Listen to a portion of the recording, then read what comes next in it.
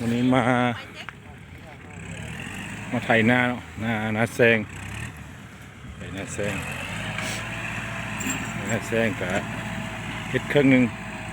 นา16,000เฮ็ดเครื่องหนึ่งในโมเฮ็ดเพราะว่าอาศัยเพิ่นเบิ่งน้ำเบิ่งในให้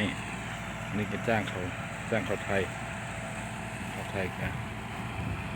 จาน2,500,000ประมาณนั้นนะประมาณนั้นเพราะว่า8,000ประมาณ2 ล้านปลายนะเนาะมื้ออื่นก็สิว่านข้าวไส้อันนี้ข้าวนาแซง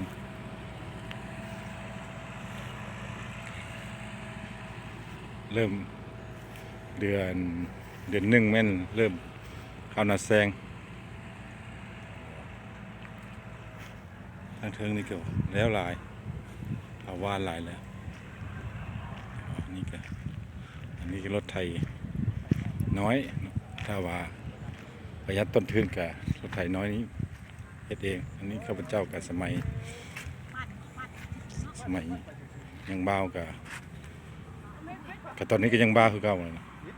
ก็ใช้รถไถน้อยเนี่ยเฮ็ดนา10กว่าเฮกตาร์นา7-8 ทงก็แล้วคือกันอันนี้ก็มันยุคนี้ก็ใช้รถไถใหญ่ก็สิต่างกัน